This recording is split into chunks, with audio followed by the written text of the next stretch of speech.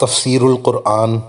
آج کا سبق سورہ آل عمران آیت نمبر 196 اور 197۔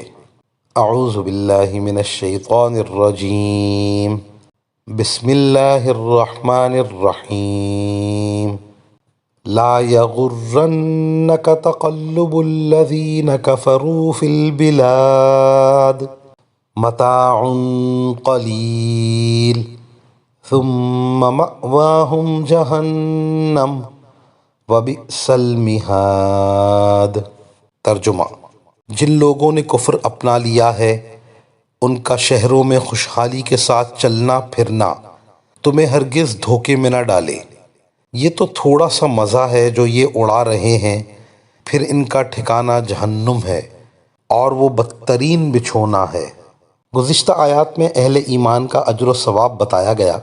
اہل ایمان میں تنگ دست، فقراء اور مساکین بھی ہوتے ہیں، اور دنیاوی احوال و اموال کے اعتبار سے ان میں ایک گونا کمزوری ہوتی ہے۔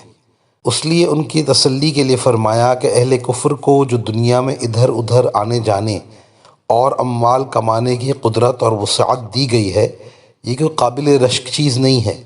ان لوگوں کی خوشحالی تمہیں دھوکے میں نہ ڈالے۔ یہ تو چند دن کی بہار ہے، اس کے بعد ان کے لیے عذاب ہی عذاب ہے۔ عذاب بھی معمولی نہیں بلکہ جہنم کا عذاب ہے جو آگ ہی آگ ہے۔ ایسی خوشحالی پر کیا رشک کرنا جس کے کچھ عرصے کے بعد آگ کے دائمی عذاب میں داخل ہونا پڑے۔ وآخر دعوانا ان الحمد للہ رب العالمین۔